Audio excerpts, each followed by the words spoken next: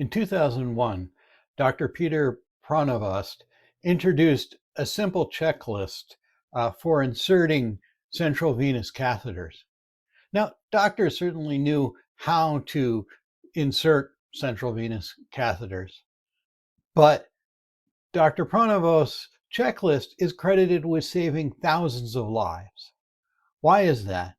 Because he brought observability to the process that helped doctors do a better job.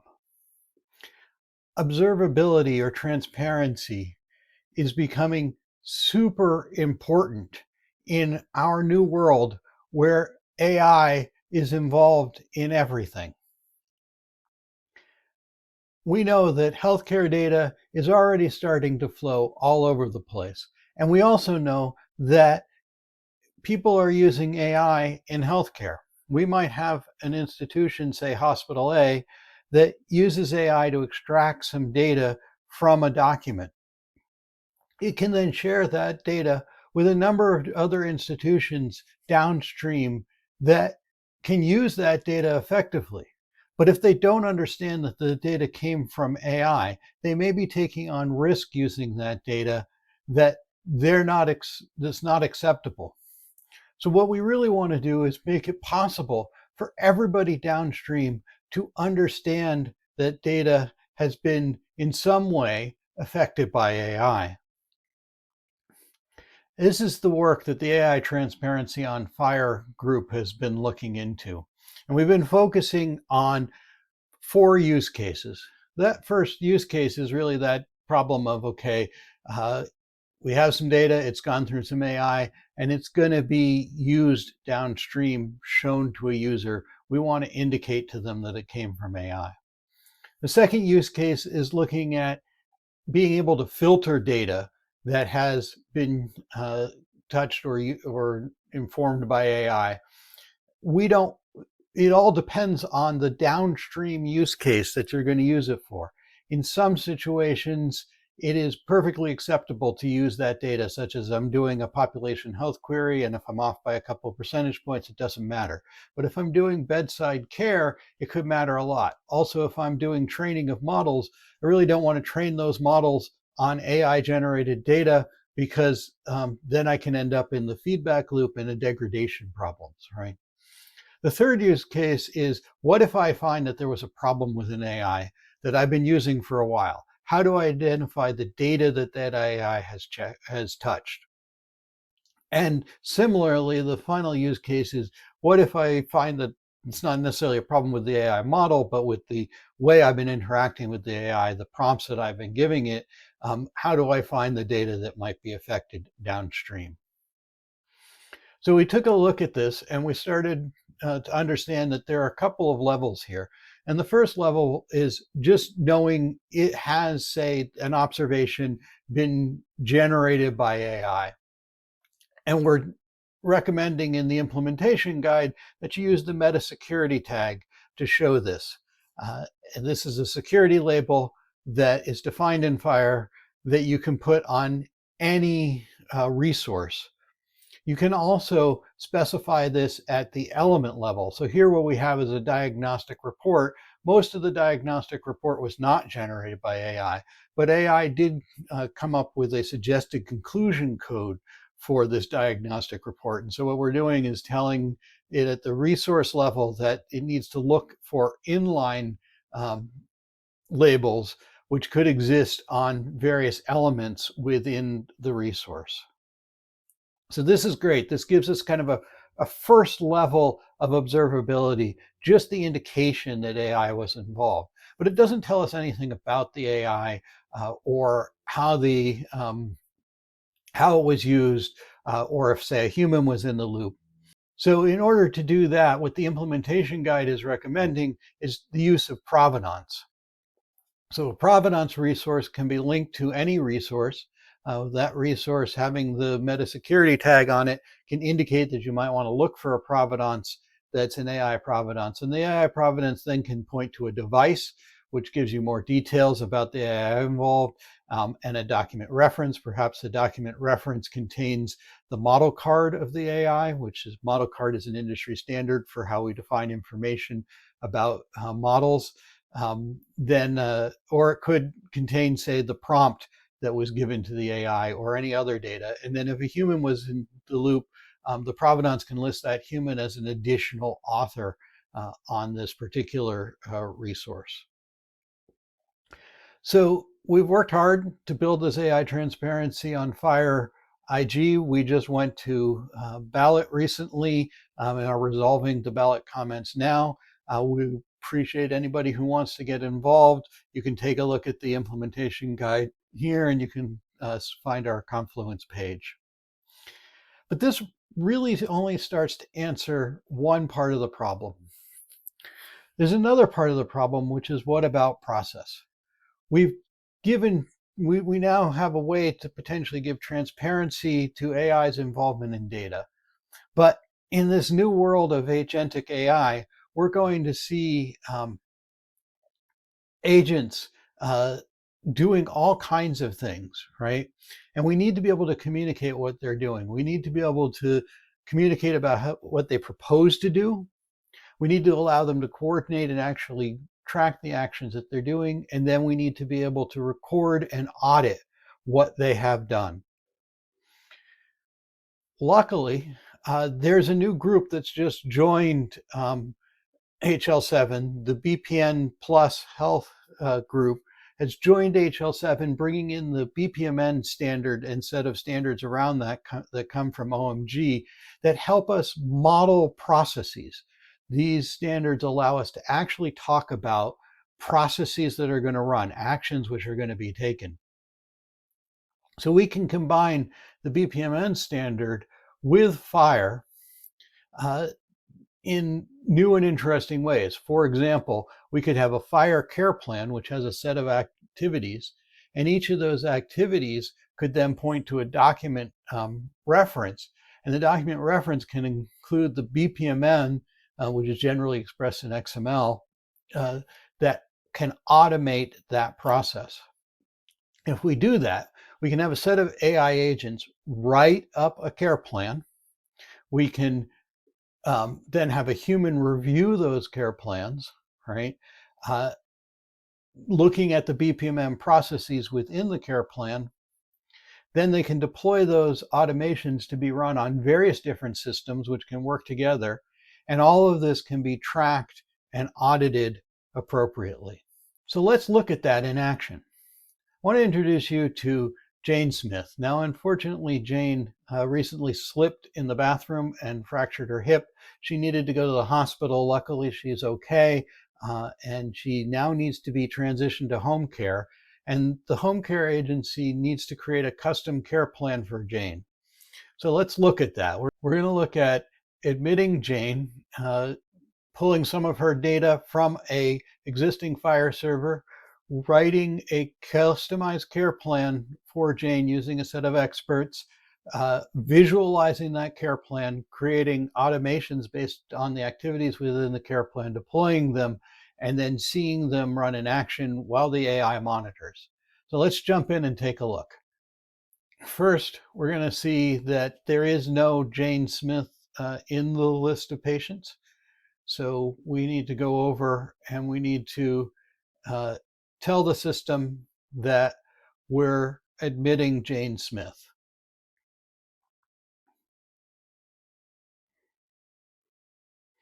So now what's going to happen is a bunch of agents in the background are going to reach out to the existing FHIR server and see if there is a Jane Smith, and they find one and ask if we'd like to link her data. We're going to say yes, and it's going to go over to the FHIR server again and pull a bunch of information about Jane, including the fact that she has diabetes and obesity. So now it's going to ask us a series of questions to round out its profile of Jane. One of them is, how does Jane like to be communicated with? And we're going to tell it that she prefers in-app notifications. Next, it's going to ask us about any devices that Jane may be using to monitor her health. And we're going to let it know that she does wear a CGM, which stands for continuous glucose meter, but we're going to use the abbreviation here, and that she has a manual scale at home.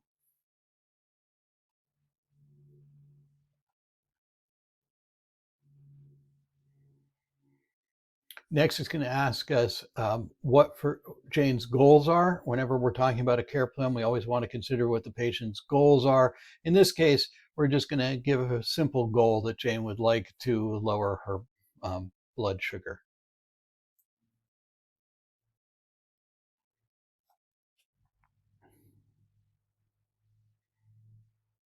It's also going to ask us about people in Jane's life. Does she have an emergency contact or somebody who would like to be involved in her care? In Jane's case, she does have a son who's particularly involved in her care. So we're going to let the system know about Tim and give a phone number for Tim.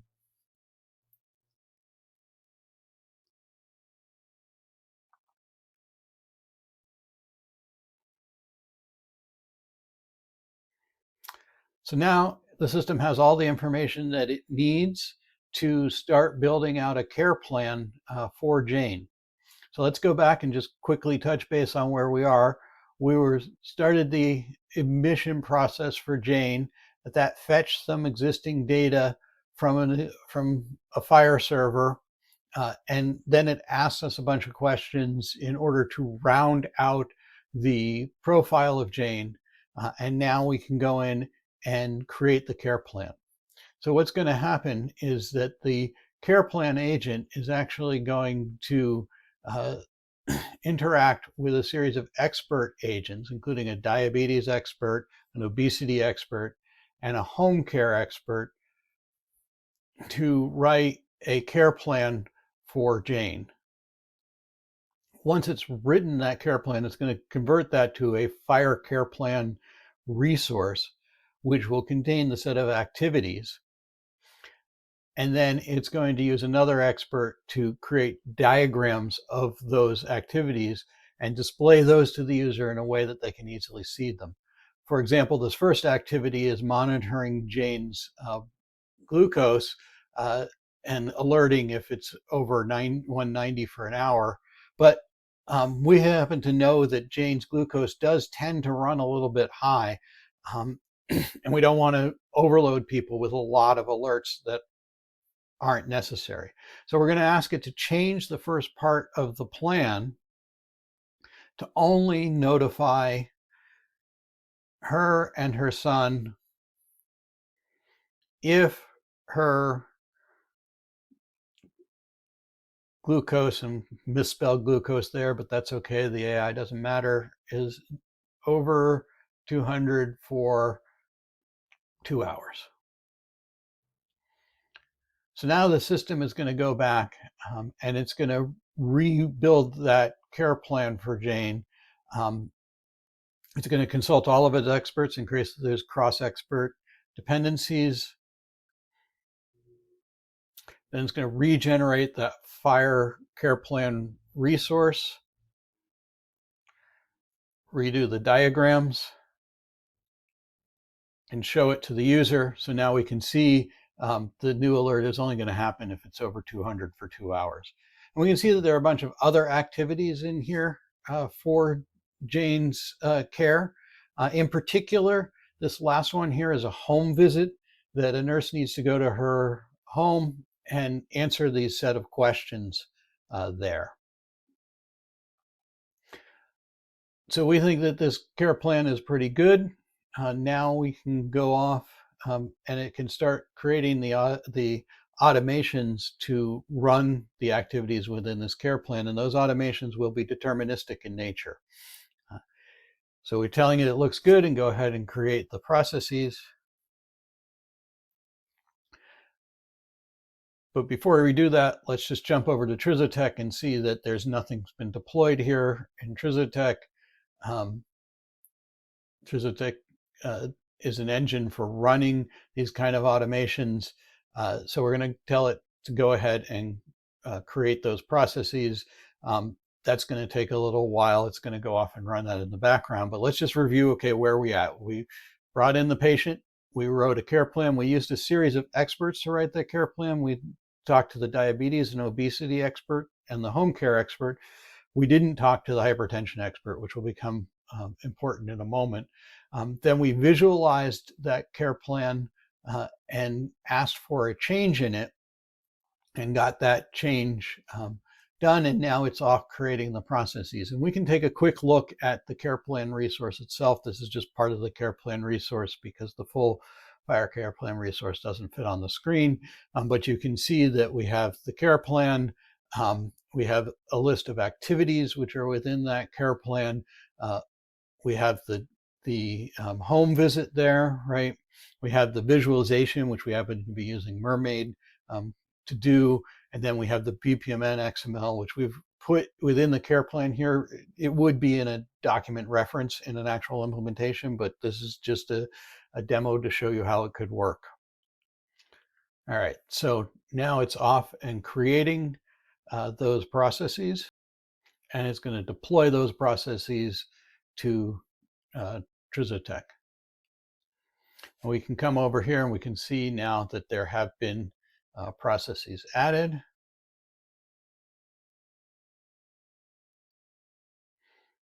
We can pop one open and we can take a look at that. This is that home visit, and you can see here that we have the questions we want to have asked as part of each of the activities within this activity. And some metadata that's going to help us with the communication. See that all three of those questions are represented there in this automation, along with one extra one to indicate that it's complete. So now you've seen that we've admitted the patient, we've created a custom care plan for that patient, visualized it, created deterministic automations which have been deployed to Trizotech. So now let's go look at what happens when that home visit actually occurs. So the nurse has now gotten to Jane's home and is going to say, I got to Jane Smith's home. That's going to cause the system to go off and find the right automation that is linked to that, and then call Trizotech and tell it to start that automation. So Trizotech is going to immediately start asking questions of the nurse. For example, is the home safe? We're going to say, yes, the home is safe. It's going to ask the next question, do you have a device? And we can go over and actually see this running in Trizotech, right? So we can open up this execution. We'll see that the automation is running. It's asked that first question, and now it's waiting for an answer to the second question. So we'll go over here and let it know that, yes, all her devices are working. And now it's going to come back and ask us, have you checked for any new symptoms or concerns? I did note that her blood pressure, not her blood sugar, but her blood pressure is running high. We should start monitoring her for hypertension.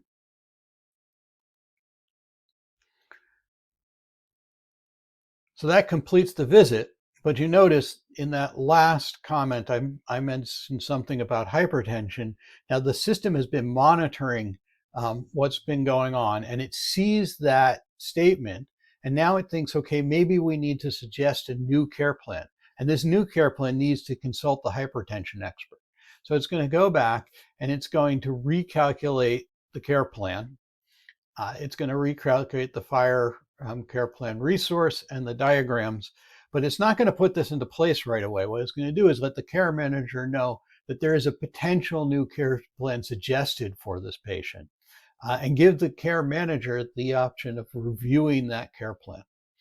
So now the care manager can go in and they can review the care plan, and they now see that there's an activity which includes monitoring her blood pressure daily. So great. Now you've seen the whole thing happen, from admitting the patient, generating a care plan for that patient that's customized to that patient, creating deterministic automations that can run, and then monitoring those automations as they run to suggest possible changes that are needed. Using this kind of technology, we can pull all of the pieces together. We can have transparency around data using the AI Transparency on FHIR Implementation Guide. And we can also have transparency on process in what is hopefully going to be additions to either the AI Transparency on FHIR Implementation Guide or additional implementation guides coming out from HL7 soon. So thank you very much for your attention. I want to give a shout out to the partners involved in doing this project, both HL7, Vantic, which is the platform on which the AI was running, Red Hat, which supplied all the infrastructure, including hosting models, and Trizotech, the automation platform that was running the deterministic automations. As always, I'd love to continue the conversation. Feel free to reach out to me through my contact information, subscribe to my channel for future talks, and check the description for links, including some sample code from part of this demo.